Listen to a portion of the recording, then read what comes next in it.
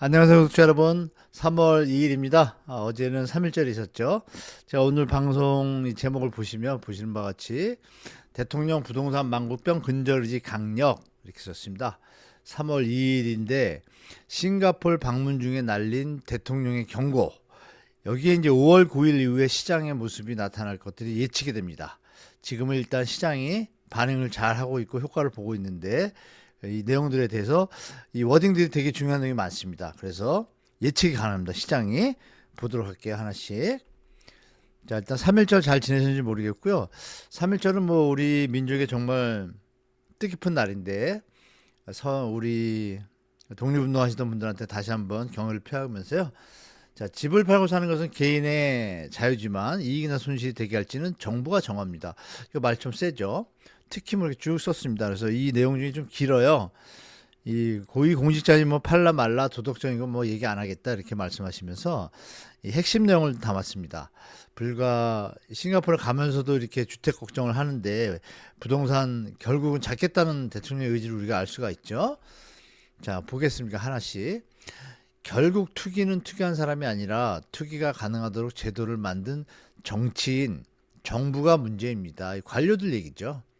투기 이익을 얻기 위해서 그런 제도를 만들고 그를 이용해 투기를 하는 정치인이 있다면 정말 나쁜 사람이겠죠. 여기엔 정치인도 있지만 여기 정부라는 건 뭐냐면 관료를 얘기하는 건데요.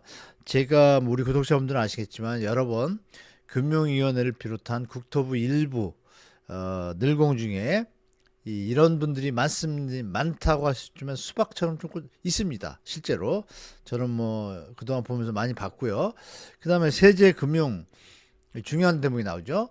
세금, 금융, 규제 등 국가제도를 운영함에 있어 부동산 투기가 불가능하도록 만들었다라면 얘기 끝났죠.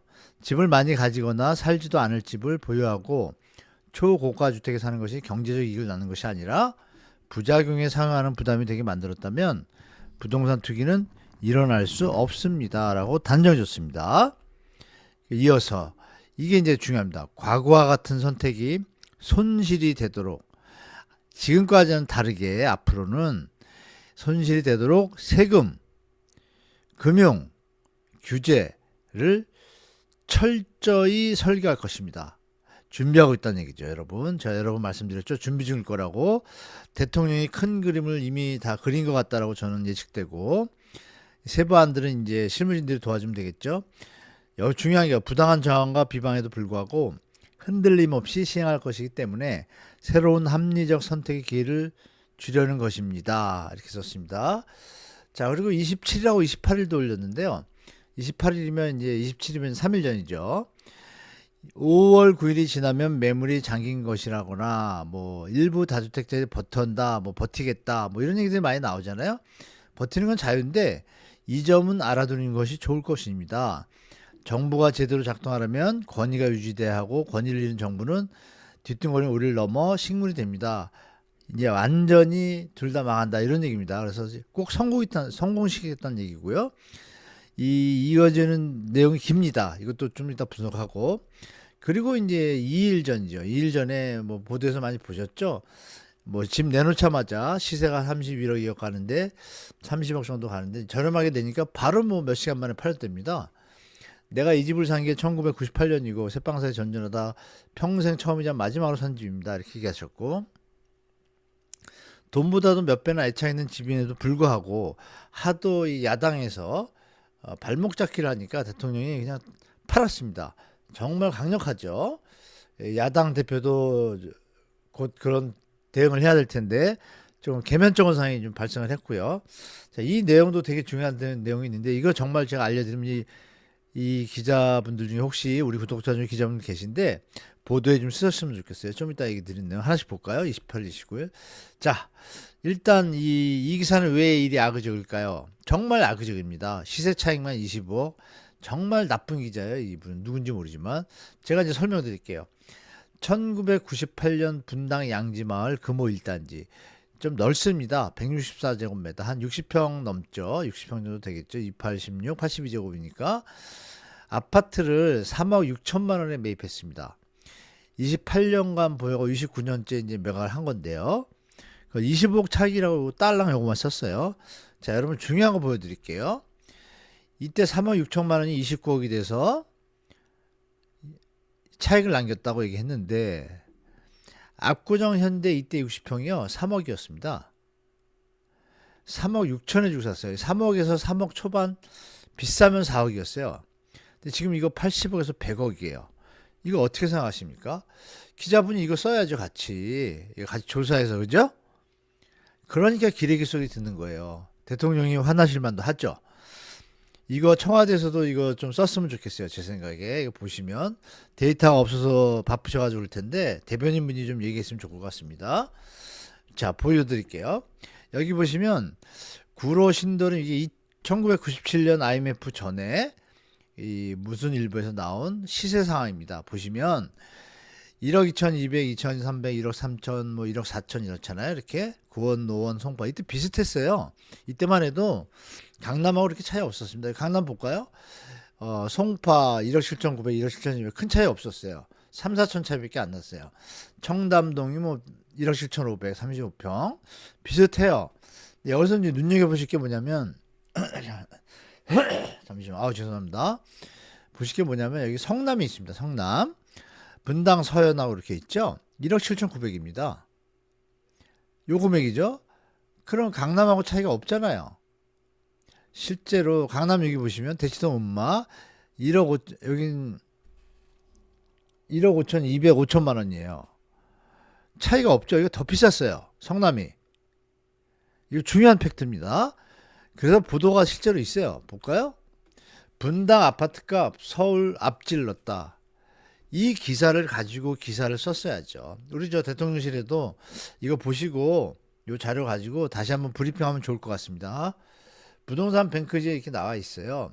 서울 662만 원, 평촌 585, 562만 원인데 분당이 683만 원으로 제일 비싸다. 그런데 중요한 거 제가 말씀드렸잖아요. 분당 지금 대통령이 갖고 있는 집은 3억 6천에서 30억 돼서 10배 올랐는데 똑같은 강남의 집값은 어떻게 됐어요? 10배가 아니라 같은 평수는 똑같이 3억 4억인데 3억 중반이라고 치고 80억 100억이잖아요 지금. 그럼 몇 배? 30배 올랐어요. 30배. 이걸 기사를 써야죠. 뭐 여기까지 얘기하면 아시겠죠? 뭐 대통령 너무 잘해 주셨고 드디어 투기 만국병을 끊겠다는 대통령의 강력한 의지 정말 개인적으로 정말 감사드리고 우리 청년과 미래를 위해서 정말 골든타임이 이제 시작된 것 같습니다. 잘 될 것 같다는 게 제 개인적인 생각입니다. 이 분명한 팩트를 여러분들이 주위에도 많이 알려주시기 바랍니다. 기레기들에 대해서 강력하게 규탄해야 될 것 같습니다. 자, 대통령이 2월 28일 날 메시지 낸 내용을 또 좀 심층 분석해 드릴게요. 다주택자 버틸 생각하지 말라는 것을 완곡하게 표현하셨는데 내용이 다 들어 있습니다. 결론은 이렇게 돼 있어요. 그래서 우리 구독자 중에 다주택자분 계시면은 좀 예전에도 많이 말씀드렸잖아요. 그 자산 관리 지금 냉정하게 하셔야 된다. 한 10년 이상 버티지 못하실 것 같으면은 최소한 6년은 버티셔야 돼요. 그렇지 못하면 자산 관리 조정 들어가야 된다라고 말씀드릴게요. 만약에 차익이 낮다라면 여러 번 말씀드렸지만 대한민국 미래를 위해서도 욕심내지 마시고 어느 정도 처분하시는 게 도움이 되실 거라고 분명히 말씀드립니다. 예, 보시면 이 내용 보시면 이해되실 거예요. 같이 볼까요? 5월굴이 지나면 매물이 잠길 것이거나 일부 다주택자들이 버텨보겠다고 한다는 말이 있습니다. 버티는 건 자유인데 쭉 썼어요. 정부가 제대로 작동하려면 이거 간다 이거예요. 정부의 권위는 신뢰와 일관성에서 나옵니다. 안정적 운영, 정부 정책의 권위와 신뢰를 위해서라도 5월 9일 이전에 매각한 다주택자보다 버틴 다주택자가 유리하도록 방치할 수는 없습니다. 라고 하셨잖아요. 이미 마음의 결정을 한 거예요. 그러면 앞으로 대책이 뭐가 나올까요? 여러 가지 대안들이 나오고 그중에 시장의 충격을 최소화하면서 갈 수 있는 대안들이 결국 나온다는 얘기죠. 5월 9일이 지났는데 제대로 된 대책을 세우지 않아 매각한 것보다 버틴 것이 더 유리하게 되면 매각한 사람은 속았다고 저와 정부를 욕할 것이고 버틴 사람은 비웃을 것이며 부동산 시장은 걷잡을 수 없이 흔들 것입니다. 대통령 다 알고 계십니다. 이러면 국정도 제대로 이끌어갈 수 없습니다. 그러면 대충 지금 대책을 만들까요? 아닙니다, 여러분. 그죠? 그래서 이거 잘 체크하시고 시장에 대처하시는 게 현명하다고 말씀드릴게요. 미리 이 엄명한 것처럼 국민들께서는 저에게 국가 국민을 위해 일할 권력을 맡기셨고 그 힘을 위탁받은 제가 표를 계산하지 않고 일각의 비난과 일각이라고 썼어요. 일각. 비난과 저항을 토건족과 시장 친화 세력이겠죠. 저항을 감수하기만 하면 세제, 금융, 규제 등 막강한 권한으로 망국적 부동산 투기를 막기 위해 할 수 있는 조치는 얼마든지 있습니다. 못 박았습니다. 중요한 거 세제, 금융, 규제 다 들어갑니다. 중요한 건 제가 여러 번 말씀드린 공급에 대한 건 아직 발표를 안 했는데 발표했지만 3기 신도시 분양가 그거 하면 확실히 성공한다는 거 다시 한번 말씀드립니다. 전세 대출하고. 자, 이어서 이재명 정부는 이거 되게 중요한 내용입니다. 이재명 정부는 강력한 금융세제 규제를 통하여 2020년 5월 9일 지난 후에도 다주택자들이 양도세 중과를 감수하고 매각하는 것이 이익인 상황. 이거 어마어마하게 이거는 저는 좀 예측이 좀 안 돼요. 중과를 감수하고 매각한다? 그럼 이거 뭘까요? 보유세를 심하게 세게 할 수도 있다는 그 상황밖에 없는 것 같아요. 제가 보니까. 그렇죠? 그 좀 여러 갑론을박이 있겠지만 이 단어가 너무 세게 들어옵니다. 그래서 정책선을 총동원해 다주택자는 물론 주거용 아닌 투자투경 1주택자 이거 핵심입니다, 여러분. 투자투경 1주택자 전세 갭 투자 보유보다 매각이 유리한 상황을 만들 것입니다. 정말 총력을 기울이고 분명히 대책이 저는 나올 거라고 보고 있습니다. 초고가 주택은 선진국 수도 수준에 상응하는 부담, 선진국 보유세 수준까지 간다는 거예요. 그러니까 쉽게 말하면 뭐 6억, 7억, 8억, 서울 같은 경우에 뭐 7, 8억 이렇게 서민들이 쓰는 이 하는 아파트에 대해서는 충격을 안 주고 고가 뭐 20억 넘기 시작하는 주택들 이거에 대해서는 수도권 선진국 수준으로 간다는 얘기입니다. 보유세가. 그러니까 이거 예측하셔야 돼요. 우리 구독자분들 중에도 가지고 계시면. 각종 규제와 부담은 실거주용 주택을 기본으로 실주거용. 여기 중요한 거 빨간 거 제가 해놨죠. 주거 여부, 주택수, 주택가격 수준, 규제 내역, 지역 특성 등에 따라 세밀하게 가중치를 주어 통상적 주거는 적극 보호하되 주택을 이용한 투자 투기는 철저히 봉쇄되도록 설계할 것입니다. 설계 중입니다. 지금 제가 볼 때. 그러면 언젠간 발표가 나오겠죠. 5월 9일 이전에 나올 수도 있고 이후에 나올 수 있다고 봅니다. 제가 볼 때 어쩌면 5월 9일 이전에 나올 수도 있다고 봅니다. 선거도 있고 대통령이 확실히 부동산을 잡겠다고 했기 때문에 이 부분에 대해서 좀 생각을 하고 대처하시는 게 좋을 것 같습니다. 이 얘기는 뭐냐면 우리 구독자분 중에 무주택자 청년분들은 시장 지금 끝물에 따라갈 필요 없다는 얘기예요. 조금 지켜볼 만하다는 얘기입니다. 잠긴 매물은 여기 엄청난 말이 있어요. 질식할 것이고 버티기는 더 큰 부담을 안길 것입니다. 여러분 아시잖아요. 이재명은 합니다. 항상 하는 말씀이잖아요. 대통령이. 이재명 합니다. 말한 것은 지킵니다. 이제 이거에 대해서 예전에 대통령하고 비교할 수 없을 정도로 그 언행의 일치가 좀 정말 뛰어난 분 아닙니까? 그럼 우리는 시장에서 이걸 예측하고 시장에 대처하는 게 현명하겠죠, 여러분? 이것이 바로 국민들께서 저를 신뢰하고 이 정부에 기대를 가지시는 이유일 겁니다. 국민께서 맡기신 일에 최선을 다하겠습니다. 야, 정말 강력한 말씀하셨죠? 그래서 우리 구독자 여러분들 드디어 대한민국이 부동산 망국병이 전환점을 맞이했다 이렇게 보시면 될 것 같습니다. 자, 그래서 우리가 대통령 메시지에서 판단할 수 있는 게 뭘까요, 여러분? 자, 거주 비거주 이거 중요합니다, 여러분. 거주 비거주를 차등해서 여러 가지 규제와 세제와 이런 것들을 준비한다는 얘기예요. 그렇죠? 이제 예전처럼 일시적 2주택 갖고 하는 거 쉽지 않을 겁니다. 분명히. 주택수, 주택가격 수준. 주택수, 다주택자인데 1억짜리 6개가 있어요. 그런데 집이 2개가 있는데 20억짜리 2개예요. 이거는 좀 형평을 맞춰야죠. 그래서 주택수와 주택가격 수준이라고 딱 아까 박았잖아요. 그죠? 볼까요? 주거 여부, 주택수. 주택가격 수준, 규제 내역, 지역 특성. 이거를 크로스 체크 다 해가지고 세밀하게 가중치를 둔다 그랬어요. 이거 되게 엄청난 겁니다, 여러분. 말로만 하던 거를 대통령이 직접 진두하시기 때문에, 진두지휘하기 때문에 이건 실현 가능성이 거의 100%라고 봐요. 어떤 형태로든 농도의 차이만 있지. 자, 그러면 결국 세밀한 가중치라는 건 어떤 표현일까요? 이 주택의 거주 비거주에 따른 어떤 차등, 그리고 고가와 비고가, 중저가, 서민형에 대한 차등, 수익이 아까 버티는 이익보다, 이 표현 다 아시잖아요. 그쵸? 그러면 여기서 핵심은 다 나왔습니다. 보유세도 세게 갈 수도 있고, 거래세도 세게 갈 수 있고, 취득세, 증여도 별도로 만들 수도 있는 거예요. 그리고 법제화한다는 걸 잘합니다, 대통령이. 시행령으로 해서 나중에 고쳐지지 못하게 할 겁니다, 이거 아마. 제가 볼 때.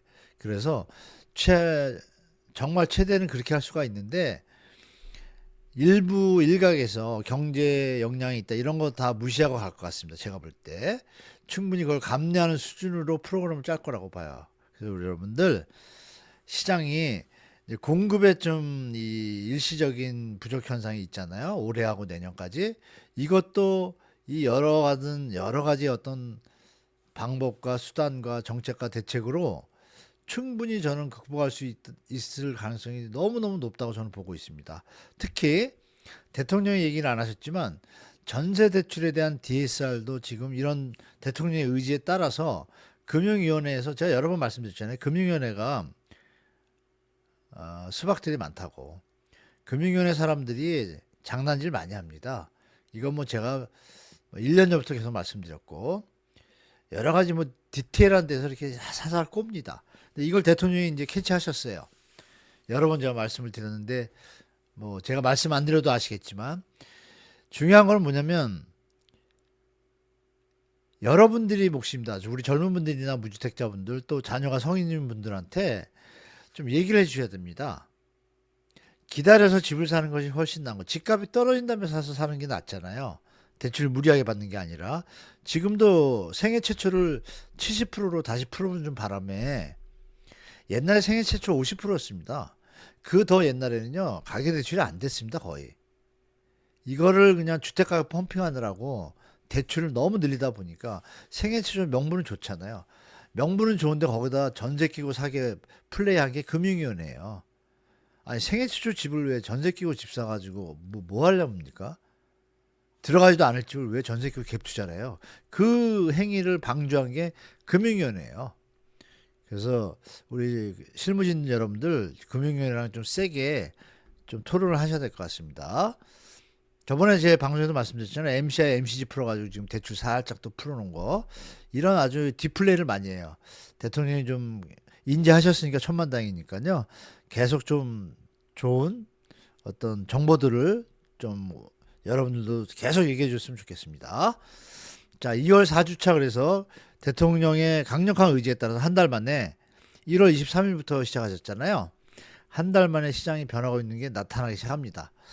자, 보시는 바와 같이 전국과 수도권인데요. 수도권도 이제 올라가는 거 멈추고 점점 내려오고 있죠. 1월 초보다 내려오고 있습니다.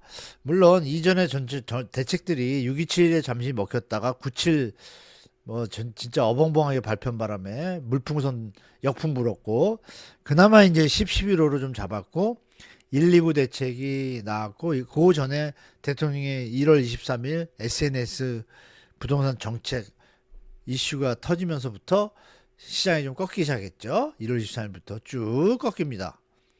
결국은 대통령이 나서야 되는 거에 대해서 참 죄송스럽고 감사한데, 국토부 관계자분들도 요새는 열심히 하시는 거 제가 알고 있습니다. 그래서 좋은 결과가 있을 것 같아요. 자, 서울 어떻습니까? 정말 많이 내렸는데 아직도 하락으로 돌아서지 않았고, 다만 강남, 서초, 송파는 하락으로 돌아섰습니다.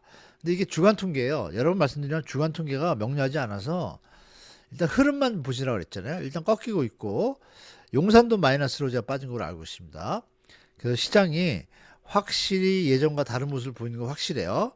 그리고 제가 이 매물 현황과 지역별로 좀 정리를 했는데 요거는 제가 저녁 때 오늘 아침에 보시고 저녁 때 조금 늦은 저녁 한 8시 9시 정도에 이 시장 정리한 걸 싹 해가지고 올리고 분당의 상황 또 과천의 상황 그리고 수도권의 토지거래 허가 구역과 일부 지역들에 대해서 좀 정리를 해가지고 제가 좀 말씀을 드리도록 하겠습니다. 정리해가지고 그래서 그거하고 매물 현황 미리 말씀 올리면 매물이 어마어마하게 또 늘었습니다. 일주일 사이에. 저번에 5만 5천에서 출발해서 6만 2천 갔다 6만 7천 갔다가 지금 7만 건 넘었습니다. 정말 매물 폭탄입니다, 지금. 근데 거래는 2월 추석 끝나고 나서부터 거래가 좀 상당히 끊겼습니다. 이제 모든 분들이 대통령의 강한 의지를 이제 인지하기 시작한 거예요. 자, 그렇게 보시고 자, 이번 연휴도 잘 마무리하시고요. 한 주 행복하시고 말씀드린 대로 시장 분석한 거, 매물 현황, 또 거래 현황, 그리고 지방까지 조금 해가지고 저녁 때 다시 올리도록 하겠습니다. 보실 분들은 또 그때 보시고 자, 오늘 영상 여기까지고 오늘 연휴 마무리 잘 하시고 끝까지 시청해주셔서 감사드립니다. 감사합니다.